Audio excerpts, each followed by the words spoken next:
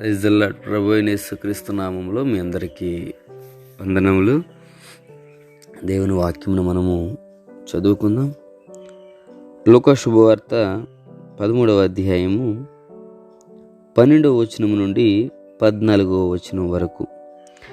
యేసు ఆమెను చూచి రమ్మని పిలిచి, అమ్మా, నీ బలహీనత నుండి విడుదల పొంది ఉన్నావని ఆమెతో చెప్పి ఆమె మీద చేతులుంచగానే ఆమె చక్కగా నిలువబడి దేవుణ్ణి మహిమపరిచెను.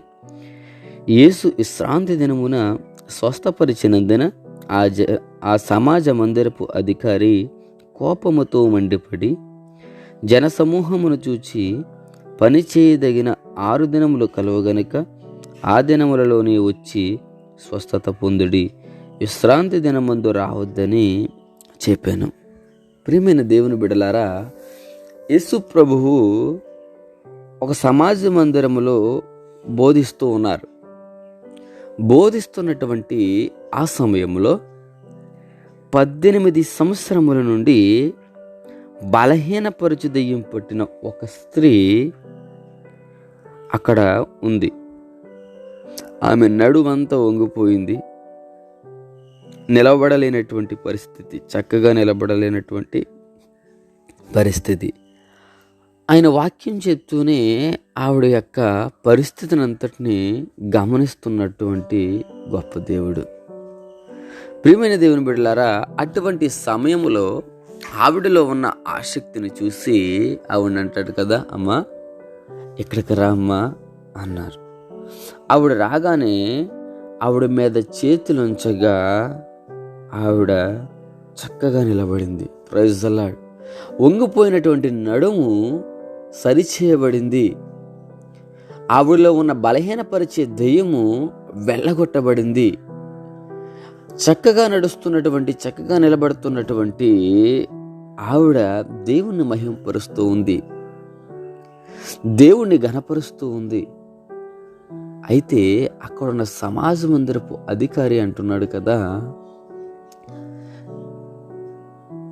మీరు ఎందుకు ఈ రోజున చేస్తున్నారు? ఇంకా 6 రోజులు ఉన్నాయి కదా, 6 రోజులు చూసుకోండి.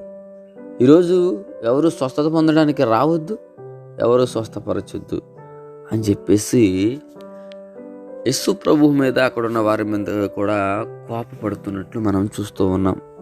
అయితే ప్రియమైన దేవుని బిడ్డలారా, జాగ్రత్తగా అర్థం చేసుకుందాం. యేసు ప్రభు ఇతరులకు మంచి చేసేటటువంటి వ్యక్తి, అన్యాయం చేసే వ్యక్తి ఎంత మాత్రము కానే కాదు.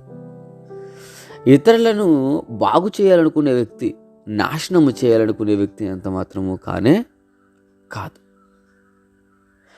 ఒక వ్యక్తి తమ బంధకాల నుంచి విడిపించబడిందని సంతోషించాలి తప్ప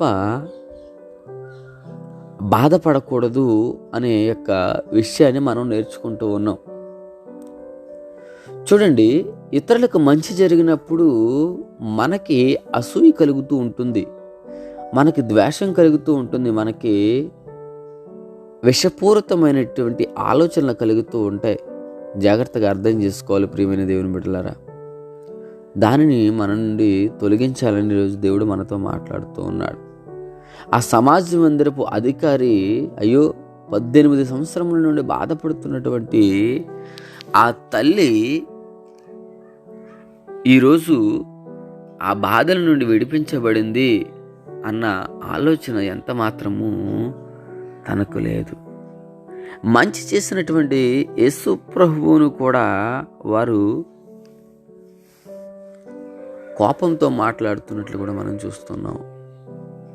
ప్రియమైన దేవుని బిడ్డలారా, ఈరోజు యేసు ప్రభువుని మనం ఆరాధిస్తున్నాం కదా, మనము కూడా అనేక దినముల నుండి ఇబ్బందులతో, ఇరుకుల్లో కొట్టుమిట్టు ఆడుతున్నామేమో. ఆ యొక్క స్త్రీకి విడుదల కలిగించినట్లుగా ఈరోజు మనకు కూడా విడుదల కలిగించడానికి యేసయ్య పిలుస్తూ ఉన్నాడు, రమ్మంటున్నాడు. ఆయన దగ్గరికి వెళ్ళాలి మనం. ఆయన్ని మన మీద చేతులు ఉంచినప్పుడు ఆయనకు అవకాశం ఇవ్వాలి చేతులు ఉంచడానికి. అప్పుడు మనము విడుదల పొందుతాం. నీ యొక్క విడుదలను చూసి కొందరు వారవలేకుంటారు, వారి గురించి పట్టించుకోదు. కానీ నువ్వు దేవుని మహిమపరచు. దేవుడు నీ జీవితంలో చేసిన మేలును బట్టి దేవుని మహిమపరచు. మర్చిపోతున్నావేమో ఒకేలా ఆయన చేసే మేలులు. కనుక ప్రియమైన దేవుని బిడ్డలారా, ప్రార్థన చేసుకుందాం. పరిశుద్ధుడానికి స్తోత్రాలు నాయన. 18 సంవత్సరముల నుండి బలహీనపరచబడిన ఆ స్త్రీ నువ్వు చేతులంచగానే చక్కగా నిలబడడం చూస్తున్నాం ప్రభువా. అనేకమైన సమస్యలతో, అనేకమైన ఇబ్బందులతో, అనేక దినముల నుండి బాధపడుతూ ఉన్నాం. మా మీద కూడా మీ చేతులు ఉంచండి, మాకు కూడా విడుదల కలిగించండి అని ఎంతమంది బిడ్డలు అడుగుతున్నారో ప్రతి ఒక్కరి జీవితంలో మేలు చేసి మహిమ పొందమని నజరేయుడైన యేసుక్రీస్తు నామములో అడిగి వేడుకుంటున్నాం పరమ తండ్రి. Amen. God bless you all.